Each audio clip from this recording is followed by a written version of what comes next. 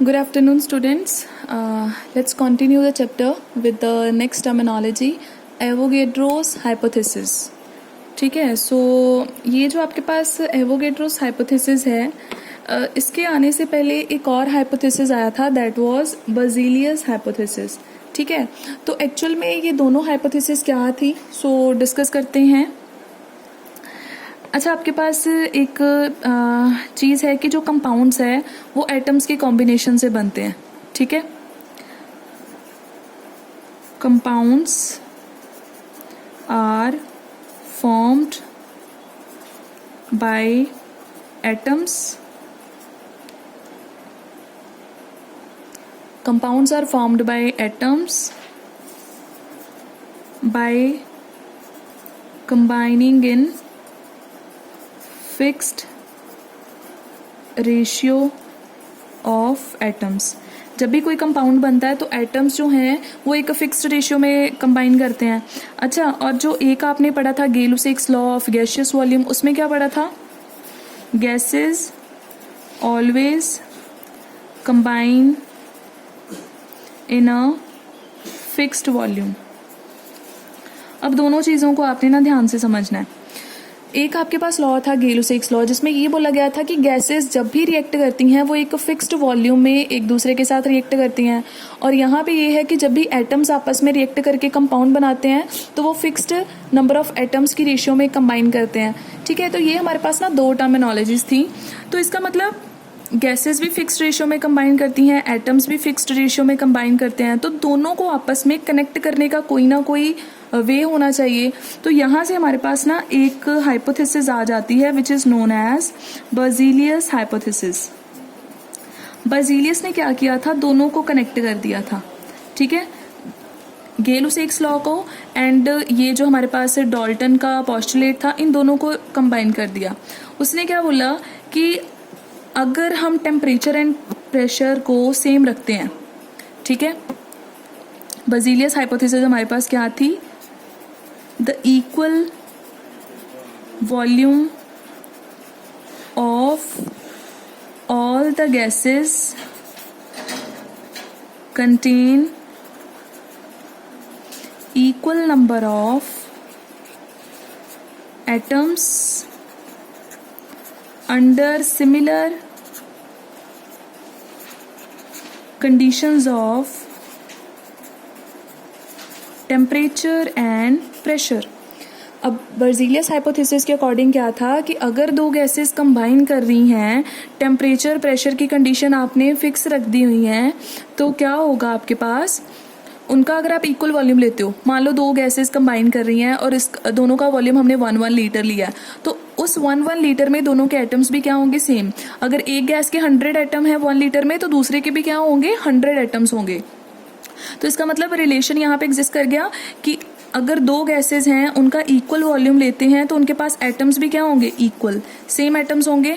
तो बर्ज़ेलियस हाइपोथेसिस को अगर हम किसी इक्वेशन पे अप्लाई करते हैं, है ना, सपोज हम HCl या वाटर या कोई भी इक्वेशन पे अप्लाई कर सकते हैं, तो हमारे पास ये इक्वेशन है, हाइड्रोजन क्लोरीन ये दोनों कंबाइन करके बनाते हैं HCl. बैलेंस कर लें. अब बैलेंसिंग के बाद आपको पता है ये भी गैस है, ये भी गैस है और गैसियस प्रोडक्ट बन रहा है. इसका कोफिशिएंट 1 है, इसका भी 1 है और यहाँ पे क्या है? 2. तो इनके वॉल्यूम क्या हो गए? इसका मतलब 1 volume of hydrogen is combining with 1 volume of chlorine to form 2 volume of HCl. यहाँ पे वॉल्यूम लिखने का मतलब है कि कोई भी यूनिट हो सकती है. 1 litre of water combining with 1 litre of chlorine to form 2 litre of HCl, या फिर 1 ml of hydrogen combining with 1 ml of chlorine to form 2 ml of HCl. तो हमने कोई भी यूनिट लिखने के जगह पे क्या लिख दिया? हमने वॉल्यूम लिख दिया. ठीक है, तो ये आपका कौन सा था? गैसियस लॉ लग गया. अब हम यहाँ पे बर्ज़ेलियस हाइपोथेसिस लगाते हैं. अब बर्ज़ेलियस हाइपोथेसिस के अकॉर्डिंग क्या था? इक्वल वॉल्यूम में इक्वल एटम्स होते हैं. तो सपोज करो जब इसका 1 वॉल्यूम था उसमें n एटम्स थे. ठीक है, हाइड्रोजन के n एटम्स थे. तो अभी हमने बर्ज़ेलियस हाइपोथेसिस क्या पढ़ा कि दो गैसेस जिनका इक्वल वॉल्यूम है, टेम्परेचर प्रेशर की कंडीशन सेम है, तो उनके एटम्स भी क्या होते हैं? सेम. तो क्लोरीन के पास भी कितने एटम्स होंगे? n atoms. और हाइड्रोजन का वॉल्यूम डबल है तो इसके पास एटम्स भी क्या होंगे? Double, 2n atoms. क्लियर हो गया। अब सारी इक्वेशन को n से डिवाइड कर दें तो क्या आएगा, इसका मतलब 1 एटम एंड 2 एटम, ठीक है। और अगर हम फिर से 2 के साथ डिवाइड कर दें, सपोज हमने HCl का सिर्फ एक ही एटम बनाना है, अगर 2 एटम एक एक एटम से मिलके बन रहे हैं तो एक एटम कैसे बन रहा होगा, तो हम लोग कह सकते हैं कि हाइड्रोजन, क्लोरीन एंड HCl। अगर इसका एक एटम बनाना है तो यहाँ पे क्या आ जाएगा, हाफ एटम, और यहाँ पे भी क्या आ जाएगा, हाफ एटम। क्लियर हो गया यहाँ पे। तो इसका मतलब अगर आपके पास HCl का एक एटम बनेगा तो उसके लिए हाफ एटम क्लोरीन का चाहिए, तो हाफ एटम किसका चाहिए, हाइड्रोजन का। बट अभी मेरे को ये बताओ कि एटम को हाफ किया जा सकता है? एटम आपकी स्मॉलेस्ट यूनिट है जिसमें पार्टिकल्स फर्दर हैं, लेकिन आप उसको ये नहीं कि उसका हाफ सेक्शन कंसिडर कर सकते हो, 1/4 कंसिडर कर सकते हो, नो। तो ये चीज़ तो एग्जिस्ट ही नहीं करती है। तो इसका मतलब बर्जीलियस हाइपोथेसिस जो है वो क्लियर नहीं है, ठीक है। तो वो थोड़ा सा गलत हो गया, उसमें लिटिल बिट चेंज आएगा और आपके पास नई हाइपोथेसिस आ जाएगी, ठीक है। हाइपोथेसिस क्या होता है, जो चीज़ हम कंसिडर करके चलते हैं कि हाँ ऐसा हो रहा होगा। क्लियर। तो अब ये चीज़ गलत हो गई, तो फिर क्या किया गया, एटम और मॉलिक्यूल जो है उसको क्लैरिफाई करा गया कि दोनों में डिफरेंस है क्या। एटम्स ही कंबाइन करके मॉलिक्यूल बनाते हैं, ठीक है। एटम्स का क्या होता है कि वो इंडिपेंडेंटली एग्जिस्ट कर भी सकते हैं और नहीं भी कर सकते, लेकिन मॉलिक्यूल्स हमेशा इंडिपेंडेंटली एग्जिस्ट करते हैं, ठीक है, अकेले अकेले एग्जिस्ट कर सकते हैं। तो इसका मतलब जितनी भी गैसेस हैं वो जितने भी पार्टिकल से मिलकर बनी हैं। अब ये कोई भी गैस मैंने उठा ली, मान लो मैंने ले ली हाइड्रोजन गैस, ठीक है। तो हाइड्रोजन गैस छोटे छोटे पार्टिकल से मिलकर बनी है, तो ये पार्टिकल कौन सा होगा, ये पार्टिकल एटम भी हो सकता है, ये मॉलिक्यूल भी हो सकता है। लेकिन अगर ये गैस है तो ये मॉलिक्यूल होगा, बिकॉज वो इंडिपेंडेंटली एग्जिस्ट कर रहा है, किसी के साथ उसका कोई इंटरेक्शन नहीं है। क्लियर। तो इसका मतलब जो बर्जीलियस हाइपोथेसिस में हमने एटम टर्म ली थी ना, उसको हम किस में कन्वर्ट कर देंगे, मॉलिक्यूल में। तो हम न्यू डेफिनेशन क्या लिखेंगे, the equal volume of all the gases contain equal number of molecules under similar condition of temperature and pressure. तो यहाँ पे हमारे पास न्यू हाइपोथेसिस आ जाएगा, उसको हम लोग बोलते हैं एवोगैड्रो। बर्जीलियस का हाइपोथेसिस टू सम एक्सटेंट गलत हो गया, तो हमने हाइपोथेसिस चेंज कर दिया, equal volume of all the gases contain equal number of molecules, not atoms, equal number of molecules under similar conditions of temperature and pressure, ठीक है। तो अब हम लगा कर देखें इसको इसी सेम इक्वेशन पे, hydrogen combining with chlorine to form 2HCl, 1 volume ही इसका, 1 वॉल्यूम इसका, और ये क्या बन रहा है, 2 वॉल्यूम। इसके पास अब इक्वल वॉल्यूम में क्या होते हैं, इक्वल मॉलिक्यूल्स। तो इसका मतलब सपोज इसके पास n मॉलिक्यूल्स हैं, तो इसके पास भी कितने होंगे, n मॉलिक्यूल्स, और इसके पास कितने होंगे, हमारे पास 2n मॉलिक्यूल्स। अगर 2n के साथ डिवाइड कर दें तो ये क्या आ जाएगा, हाफ मॉलिक्यूल, ठीक है, ये भी हाफ, और ये क्या आ जाएगा, ओनली 1। तो इसका मतलब एक HCl बनाने के लिए हमें हाफ मॉलिक्यूल हाइड्रोजन का चाहिए और हाफ मॉलिक्यूल क्लोरीन का चाहिए। अब आपको पता है जो मॉलिक्यूल है वो तो एटम्स को कंबाइन करके बनता है, तो इसका मतलब हाफ मॉलिक्यूल एग्जिस्ट कर सकता है, समझ रहे हो, हाफ मॉलिक्यूल हमारे पास एग्जिस्ट कर सकता है, लेकिन हाफ एटम का हमारे पास कोई कॉन्सेप्ट नहीं है। Clear. So this is our Avogadro's hypothesis. तो एवोगैड्रो हाइपोथेसिस के हमारे पास बेनिफिट्स क्या हैं, इसने बहुत सारी हमें चीज़ें जो हैं वो एक्सप्लेन करी हैं। तो इसकी एक दो जो हमारे पास एप्लीकेशंस हैं वो डिस्कस कर लेते हैं। एप्लीकेशंस, फर्स्ट, पहली जो इसने हेल्प करी हमारी, helps to find atomicity of any gas. किसी भी गैस मॉलिक्यूल की एटॉमिसिटी फाइंड करने में हमें एवोगैड्रो लॉ ने हेल्प करा, ठीक है। तो एटॉमिसिटी क्या होती है, अब जैसे जो हाइड्रोजन गैस है, अब मैं यहाँ पे लिख रही हूँ, हाइड्रोजन, और यहाँ पे मैं लिख रही हूँ H2। आपको पता है ये एटम है और ये क्या है हमारे पास, दिस इज मॉलिक्यूल। तो इसका मतलब एक हाइड्रोजन का मॉलिक्यूल 2 एटम से मिलकर बना है, तो हम लोग कह सकते हैं कि एटॉमिसिटी कितनी है, एटॉमिसिटी इज 2, मतलब एक मॉलिक्यूल कितने एटम से मिलकर बना है, this is known as atomicity. Clear. तो हम कैसे फाइंड कर सकते हैं, अब एग्जाम्पल के लिए आप क्लोरीन वाली एग्जाम्पल ही फिर से ले लेते हैं, आप कोई भी और भी लेके देख सकते हो। यहाँ पे हमने करा 1 वॉल्यूम 2 वॉल्यूम, देन हमने करा n मॉलिक्यूल्स, यहाँ पे मॉलिक्यूल्स लिख रही हूँ, n मॉलिक्यूल्स एंड यहाँ पे 2n मॉलिक्यूल्स। फिर हमने क्या किया, इसको 2n के साथ डिवाइड कर दिया, तो 2n के साथ डिवाइड करने पे हमारे पास क्या आएगा, हाफ मॉलिक्यूल एंड यहाँ पे आ जाएगा 1 मॉलिक्यूल। ठीक है, इसका मतलब अगर आपने एक HCl बनाना है, एक HCl, ठीक है, तो उसके लिए आपको हाफ जो है वो क्लोरीन चाहिए। आपको पता है जो HCl का एक मॉलिक्यूल होता है उसमें एक ही हाइड्रोजन होता है और एक ही क्लोरीन होता है। ठीक है, तो इसका मतलब आप यहाँ पे ये कह सकते हो कि हाफ मॉलिक्यूल ऑफ क्लोरीन किसके इक्वल हो जाएगा, 1 एटम ऑफ क्लोरीन के।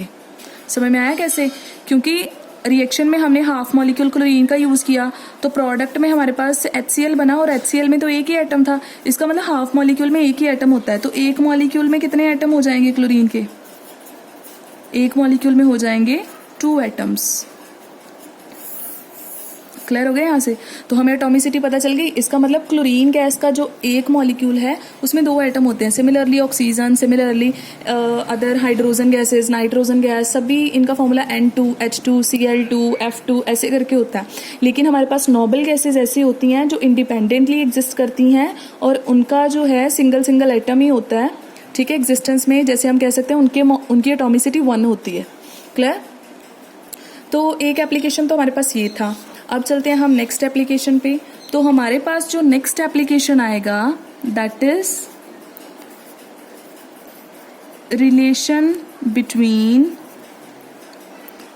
Atomic mass and vapour density. अगर हमने एटॉमिक मास या फिर वेपर डेंसिटी में रिलेशन फाइंड करना है तो हम कैसे कर सकते हैं। ठीक है, तो अब यहाँ पे हम क्या करेंगे, सॉल्व कर लेते हैं। वैसे वेपर डेंसिटी होता क्या है, वेपर डेंसिटी हमारे पास होता है रिलेटिव डेंसिटी। रिलेटिव पता है, अब जैसे हम कंपैरिजन करते हैं कोई दो चीज़ों का। ठीक है, अगर एक आपका फ्रेंड है जो 100 की स्पीड पे सोच लो कि कार ड्राइव कर रहा है और आप 50 की स्पीड पे कर रहे हो, तो अगर आपकी स्पीड की बात करें तो 50 है, लेकिन अगर हम बात करें कि आपके फ्रेंड के कंपैरेटिवली आपकी स्पीड कितनी है तो आप बोलोगे 50/100। ठीक है, तो हम कंपैरिजन करते हैं। तो इसका मतलब जो आपके पास वेपर डेंसिटी है वो क्या आ जाएगी, किसी की भी वेपर डेंसिटी निकालनी हो तो उसकी डेंसिटी को ऊपर रखना है। Density of any gas at STP divided by density of hydrogen gas at STP। आप क्या कर रहे हो, आप किसी भी गैस की डेंसिटी को हाइड्रोजन गैस की डेंसिटी के साथ कंपेयर कर रहे हो। क्यों, क्योंकि हाइड्रोजन गैस की हमारे पास सारी मेजरमेंट्स हैं तो उसके अकॉर्डिंगली हम किसी का भी कैलकुलेट करेंगे। ठीक है, तो वेपर डेंसिटी या फिर इसको क्या बोल सकते हो, it is relative density. Clear हो गया यहाँ तक, तो यहीं से हमने जो है वो डिराइव कर लेना। ओके, तो स्टार्ट करते हैं। क्या आ जाएगा हमारे पास, vapour density is equal to, अच्छा डेंसिटी किसी भी गैस की डेंसिटी क्या होती है, मास बाय वॉल्यूम। तो हम वॉल्यूम फिक्स कर दें तो हम लोग कह सकते हैं एक फिक्स वॉल्यूम का कितना मास है, दैट इज डेंसिटी। तो हम लोग इसको लिख सकते हैं mass of fixed volume of any gas divided by mass of fixed volume of hydrogen gas. Density को ऐसे करके लिख दिया। ठीक है, अब हम क्या बात करेंगे, आपको पता है एक फिक्स्ड वॉल्यूम में जो है दोनों का वॉल्यूम फिक्स्ड है, मतलब सेम है। तो अगर इसका 1 लीटर है तो इसका भी 1 लीटर है, इसका 2 लीटर है तो इसका भी 2 लीटर है। तो आपको पता है ना, अभी हमने एवोगैड्रो हाइपोथेसिस करा है, वो यहाँ पे अप्लाई करना है कि वॉल्यूम सेम है तो मॉलिक्यूल्स भी क्या होंगे, सेम। तो हम लिख सकते हैं mass of n molecules of any gas divided by mass of n molecules of hydrogen gas. Clear है? फिक्स्ड वॉल्यूम की जगह पे मॉलिक्यूल्स लिख लिया। अब n मॉलिक्यूल्स की जगह पे दोनों को n के साथ डिवाइड करेंगे तो क्या आ जाएगा हमारा 1 मॉलिक्यूल। तो आ जाएगा mass of 1 molecule of any gas divided by mass of 1 molecule of hydrogen gas. अब हाइड्रोजन गैस का तो मास पता है, ये जो अननोन गैस है इसका हमें कुछ नहीं पता, तो अननोन गैस का मास आ जाएगा यहाँ पे mass of gas divided bye hydrogen का मास कितना होता है एक मॉलिक्यूल का, उसमें 2 हाइड्रोजन होते हैं और हाइड्रोजन एटम का मास 1 ग्राम है, तो इसका कितना आ जाएगा हमारे पास 2 ग्राम। तो यहाँ पे क्रॉस मल्टीप्लाई कर दें तो हमारे पास रिजल्ट क्या बन जाएगा, रिजल्ट हमारे पास ये बनेगा that molecular mass is always equals to 2 into vapour density. हमेशा वेपर डेंसिटी को 2 से मल्टीप्लाई करो, चाहे वो कोई भी गैस हो, तो उसका मॉलिक्यूलर मास आपके पास आ जाएगा। क्लियर हो गया ये आपका यहाँ तक? ठीक है। अच्छा, अब हमारे पास जो है हमने वॉल्यूम का रिलेशन मॉलिक्यूल के साथ निकाल लिया है ना। अब हमें ये रिलेशन फाइंड आउट करना है क्या मास और वॉल्यूम एक दूसरे के साथ रिलेटेड हैं। सपोज मैं वाटर लेती हूँ, वाटर मैंने लिया 10 लीटर, तो 10 लीटर में हमारे पास 10 लीटर अगर मैं वाटर लेती हूँ तो उसका कितना मास होगा। ठीक है, समझ रहे हो ये बात। तो हमने किसी भी चीज़ के वॉल्यूम को उसके मास के साथ जो है रिलेट करना है। Then how we will do it, ये आपका थर्ड एप्लीकेशन आ जाएगा जिसको हम लिख सकते हैं relation between mass and volume. ठीक है, relation between mass and volume. तो ये हम फर्दर जो है वैसे ही करेंगे। ओके, तो हम ना अपना पिछला जो डेरिवेशन था उसी से स्टार्ट करते हैं। मॉलिक्यूलर मास किसके इक्वल होता है 2 इंटू वेपर डेंसिटी। ठीक है, तो molecular mass is equals to 2, vapour density क्या होता था density of any gas divided by density of hydrogen gas. तो फिर से मैं डेंसिटी को वही लिख रही हूँ, डेंसिटी को हम लिख सकते हैं mass of a fixed volume, तो हम लोगों ने इसको लिख दिया mass of fixed volume of any gas divided bye it is the mass of fixed volume of hydrogen. Clear? अब हमने फिक्स्ड वॉल्यूम लेना है, तो यहाँ पे ना मैं वॉल्यूम लेके चल रही हूँ 1 लीटर, इसका भी 1 लीटर लिया, इसका भी 1 लीटर लिया। ठीक है, तो दोनों का जब हम 1 लीटर लेंगे तो हमारे पास क्या रिजल्ट आएंगे, mass of 1 litre of any gas divided by mass of 1 litre of hydrogen. तो हाइड्रोजन की अगेन हमारे पास ऑब्जर्वेशन थी, तो वो ऑब्जर्वेशन हमारे पास क्या थी कि जो हाइड्रोजन है ना, mass of 1 litre of any gas, तो जो हमारे पास हाइड्रोजन है, हाइड्रोजन का अगर हम 1 लीटर लेते हैं तो उसका मास हमारे पास आता है 0.089 ग्राम। कितना मास हमारे पास आता है 0.089 ग्राम। तो ये 2 को इसके साथ डिवाइड कर दें। ठीक है, तो हमारे पास क्या आ जाएगा, मॉलिक्यूलर मास ये आ जाता है 22.4 इंटू मास ऑफ 1 लीटर। तो 1 लीटर इसके साथ मल्टीप्लाई होके क्या आ जाएगा, molecular mass is equals to mass of 22.4 litre. ठीक है, तो ये हमारे पास जो रिलेशन है ये क्लियर होके अब आ जाता है कि किसी का भी मॉलिक्यूलर मास उसके 22.4 लीटर के मास के इक्वल होता है। अब इसका मतलब पता है फिजिकल मीनिंग क्या होगा, फिजिकल मीनिंग इसका ये है कि आपको पता है वाटर, सबसे बेसिक एग्जांपल लेते हैं। ठीक है, वाटर हमने लिया, कंसिडर करा, तो आपको पता है वाटर जो है उसका मास कितना होता है, वाटर उसका मास होता है 18 ग्राम, 18 ग्राम होता है, हमें पता है। और सपोज मैंने ना वाटर का वॉल्यूम लिया कितना 22.4 लीटर मैंने मेजर करके वाटर लिया, तो उसका मास कितना होगा, वो भी कितना वे करेगा 18 ग्राम, ठीक है। तो that means 22.4 litre of anything will be equal to its molecular mass. Clear हो जाएगा यहाँ तक आपके पास, ठीक है। और ये जो हमारे पास जितनी भी कंडीशन चल रही है ना बेटा, ये मैंने STP पर ली हैं, ठीक है। तो हाँ, ये जो आपके पास है कंडीशन का, ये मैं अलग से आपको बता देती हूँ क्या इनका मतलब होता है, ठीक है। हमारे पास ना कुछ कंडीशंस होती हैं, लाइक एक मैंने अभी आपको कराई STP, जिसका मतलब होता है स्टैंडर्ड टेम्परेचर एंड प्रेशर, ठीक है। तो स्टैंडर्ड टेम्परेचर एंड प्रेशर, इसमें जो आपका टेम्परेचर है वो 0 डिग्री सेल्सियस होता है और जो आपका प्रेशर है वो 1 एटमॉस्फेयर होता है। क्लियर हो गया, ठीक है। देन आपके पास एक कंडीशन आती है NTP की, उसको हम लोग क्या बोलते हैं, it is normal temperature and pressure. और इसके लिए कंडीशन टेम्परेचर की हम रखते हैं 20 डिग्री सेल्सियस एंड प्रेशर की रखते हैं 1 एटमॉस्फेयर। और एक हमारे पास कंडीशन और आती है SATP, जिसको हम बोलते हैं standard ambient temperature and pressure. और इसके लिए हमारे पास टेम्परेचर की कंडीशन होती है अबाउट 25 डिग्री सेल्सियस और प्रेशर हमारे पास होता है 1 बार, ठीक है। अच्छा, ये एटमॉस्फेयर और बार दोनों ही प्रेशर की यूनिट हैं।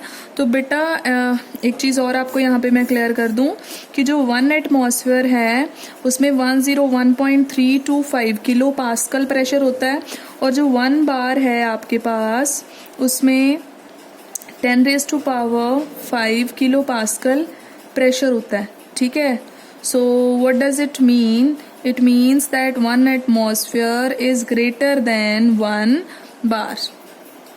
1 atmosphere is greater than 1 bar.